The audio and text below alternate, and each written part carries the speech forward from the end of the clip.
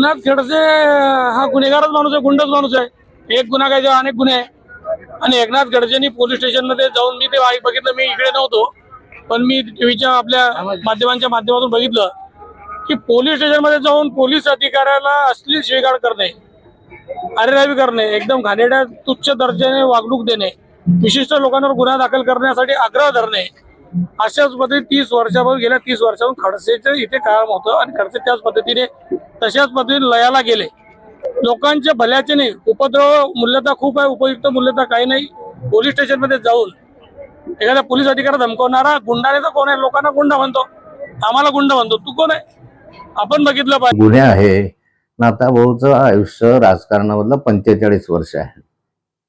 45 वर्षामधले जवळपास 35 वर्ष मी विरोधी पक्षनेता, विरोधी पक्षामध्ये काम केलेलं आहे. विरोधी पक्षामध्ये काम करत असताना त्या कालखंडामध्ये एकही गुन्हा राजकारणाच्या व्यतिरिक्त माझ्यावर झालेला नव्हता. आत्ताचे जे गुन्हे झालेले 2-3 ते राजकीय हेतूने झालेले गुन्हे आहेत. त्याच्यामध्ये आता न्यायालयात काय होईल ते बघूया. पण यामध्ये मी खरोखरच गुंड प्रवृत्तीने वागलो का? तर वागलो.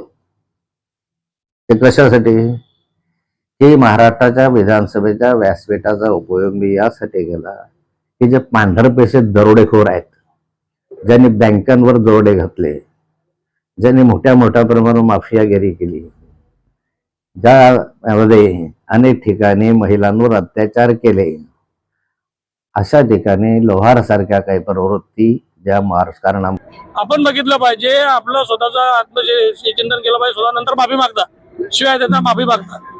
तर काय वय आपलं, किती वर्ष आपण त्या सभागृहात काढले, आपण काय बोललो पाहिजे? आपण जबाबदार व्यक्तिमत्व, आपल्याला पाहून लोक भविष्यामध्ये आपला फॉलोअप करत असतात. एवढं पण ज्या लोकांना भान नाही, त्या माथा फिरलेला माणूस आहे असताना. आणि मी केलंच आहे. त्यामुळे अनेक जण आता जेलमध्ये जाऊन आले. या महाराष्ट्रामधले किमान 100 तरी लोक आज तुरुंगामध्ये जाऊन आलेला आहे, काही पॅरोलवर राहिलेला आहे, त्यांच्या केसेस चाललेला आहे. आणि मला वाटतं की माफिया, दरोडेखोर, गुंड प्रवृत्तीचे लोक, अशा प्रवृत्तीच्या लोकांपर्यंत भ्रष्टाचारांच्या विरुद्ध मी सातत्यानं लढत आलो आणि मी लढत राहणार आहे. मला कोणी गुंड म्हटलं तरी लढेल, कोणी चांगलं म्हटलं तरी लढेल. कारण मी समाजासाठी केलेलं आहे. मी समाजासाठी लढतो, मी एकट्यासाठी व्यक्तिगत लढत नाही. त्यामुळे हे मी केलं आणि पुढच्या कालखंडामध्ये करणार आहे. आता विशाल पाटलाच्या संदर्भामध्ये त्यांनी जो विषय काढला API सावदा, ते या मध्ये ज्या सावद्याला 2.5 महिने त्याने त्या गुन्ह्याचा तपास लावला आणि चोरीचा, आणि जवळजवळ शासनाने मान्य केलं त्या ठिकाणी की 4,500 मरून प्रवास चोरी गेला. शासनाने त्या ठिकाणी 1 वर्षातलं मान्य केलं. आधीच्या ह्याच्यात 40,000 प्रवास या 12-13 वर्षामध्ये तिथून चोरी गेला. आणि त्या चोरीची तक्रार दाखल करण्यासाठी या सदग्रस्ताने टाळाटाळ केली 2.5 महिने. आणि म्हणून त्या 2.5 महिन्यामध्ये का चौकशी झाली नाही हे विचारायला मी त्या ठिकाणी गेलो, तर मला एकदम उद्धट वर्गान झालं. 2.5 महिन्यामध्ये काय, 2.5 वर्षे लागू शकतात अशा स्वरूपाचं उत्तर दिलं.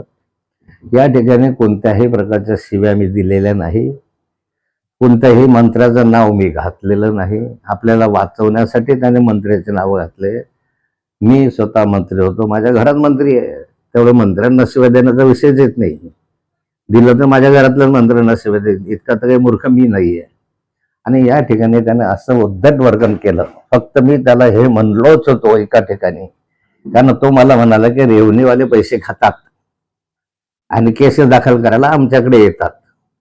मी त्याला हे जरूर बोललो होतो त्या ठिकाणी, किंवा त्यांनी शेण खाल्लं म्हणून तू गो का खातो, हे बोललोच आहे. त्याच्यामध्ये मी नाही म्हणतच नाही.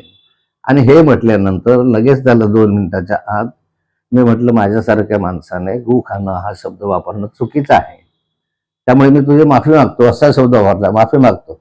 माफी मागितल्यानंतर हा सगळा विषय तिथं बंद व्हायला पाहिजे होता.